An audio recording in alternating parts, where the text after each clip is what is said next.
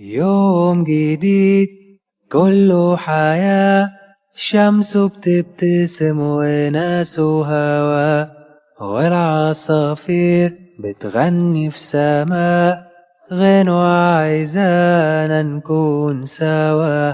مش ناقص غير القلب يدق، يسهر الليل يحب ويتحب. مش ناقص غير القلب يدق، يسهر الليل يحب ويتحب، ويلاقي نصه التاني ويروح معاه ويملى الحياة. السلام عليكم، ازيك احلى متابعين؟ عاملين ايه؟ اللهم صل وسلم وبارك على سيدنا محمد وعلى اله وصحبه وسلم. النهارده بقى اكله جامده، اكله محشي، الاكله اللي بيحبها كل المصريين. فانا عندي بتنجان، ده بتنجان انا جايباه الصراحه متقور جاهز، لكن الكوسه دي انا شطوره قورتها بنفسي، اول مره اقور كوسه الصراحه. يعني اول مره تجربه ان انا اقور انا كوسه. انا كان عندي كوسه بس انا كنت جايباها لطبيخ، عشان كده هتلاقوا واحده كبيره واحده صغيره. المفروض اللي بتاعه المحشي الحجم الصغير ده، بص الفرق ما بين الاتنين. لكن الحجم الكبير ده مثلا بتاع ممكن بتاع طبيخ، وفي اكبر من كده، بس الافضل انت تجيبوها الصغننه دي زي دي كده، الحجم الكيوت ده. فقورتهم كده امبارح عشان يبقوا جاهزين، وده متقور جاهز. وعندي فلفل، ده بقى الفلفل بقى ايه، ما بياخدش وقت.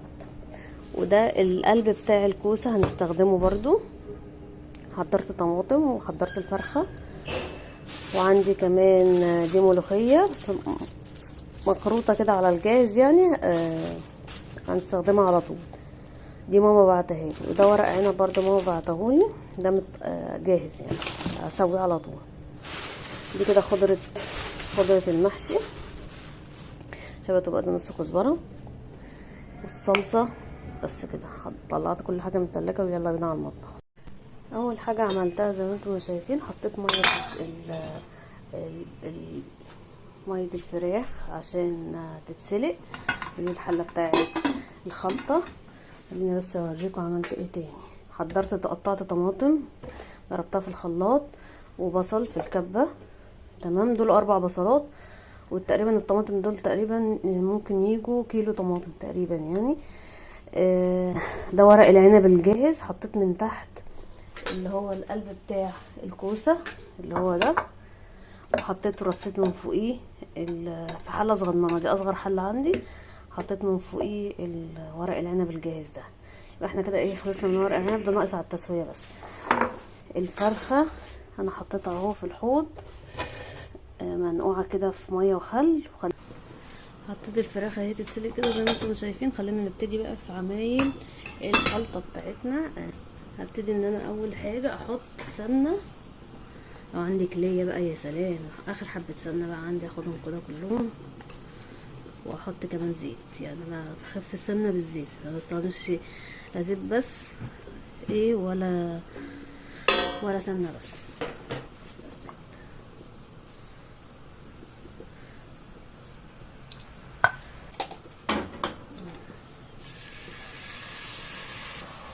هحط شوية ملح،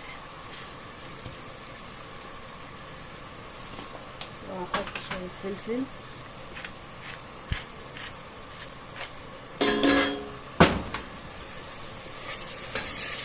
انا عامله دول طبعا زي ما قلت لكم 4 بصلات متوسطين. هو المحشي بيحب البصل الكتير. اول ما يدبل معايا هبتدي ان انا انزل بالثوم كده زي ما انتم شايفين كده. انزل بقى ايه بالثوم، ثوم كتير بقى، يعني دول ايه ممكن معلقتين كبار الثوم اللي انا مفرزاه. تمام، اول ما ريحه الثوم تطلع هبتدي ان انا اضيف الطماطم. في ناس ما بتحطش ثوم على المحشي، انا اسمع ناس كتير ما بتحطش ثوم، ما بتحطش مثلا نعناع على الخضره. انا بحط نعناع حتى لو ناشف حطيه على المحشي، دي طعم خرافي. اللي مش عندي وبحب احطه على المحشي برضو اللهم صل على النبي، القرفه بتدي طعم خرافي على المحشي. الريحه طلعت بتاعه الثوم، انا مش هحمره. هحط دلوقتي الطماطم، بعد ما حطيت الطماطم هبتدي ان انا احط لها معلقتين صلصه عشان يديني لون بس، لكن هي مش اساسي. طالما بقى حطينا صلصه يبقى لازم نحط رشه سكر، لازم برضو اساسي رشه السكر عشان الحموضه بتاعت الطماطم.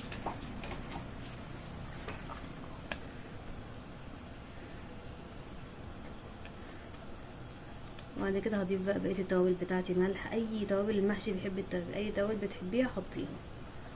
واضيف التوابل ملح فلفل وكمون وكزبره وشطه وسبع بهارات، وكمان هضيف الملح.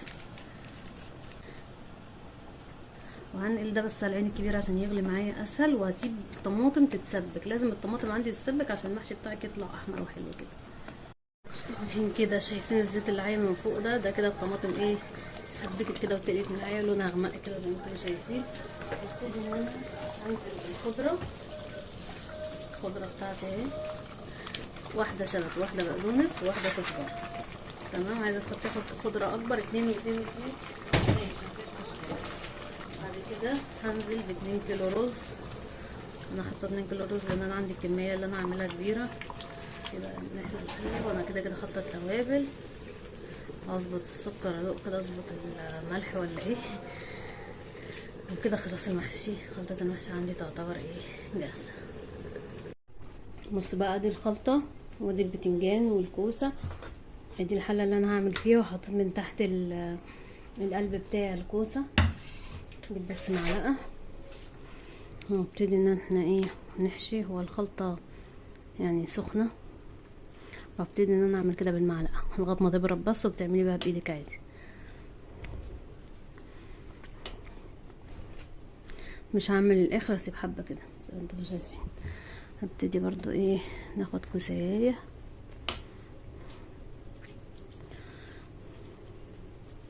الكوسة الحمد لله يعني هي ما اتقطعتش مني قوي، بس عملتها على الهادي كده. برضو نفس الكلام، تسيبي حبة برضو من فوق كده. بالنسبة للفلفل الرومي، الفلفل الرومي زي ما هو كده هتقطعيه من فوق.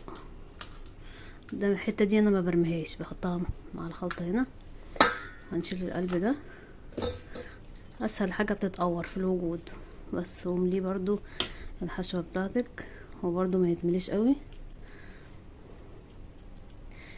بس كده هنحط بقى، هكمل بقى بالباقي، هكمل الباقي كده وبعد كده نحطه يستوي.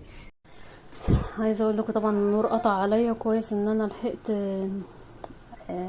شحنت الموبايل شويه عشان عملت شوربه لسان عصفور. قطعت فيها فلفلايه رومي كده، كانت زياده قطعتها فيها. اول مره اعمل الحركه دي، بس انا اصلا بحب الفلفل الرومي يعني بشكل عام.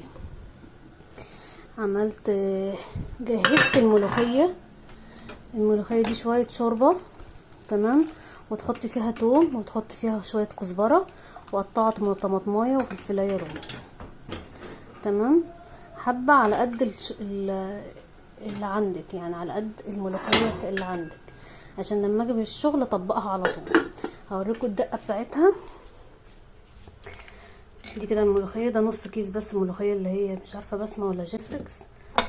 ودي الطشه، دي كده الطشه. حضرت سمنه وحطيت عليها شويه توم.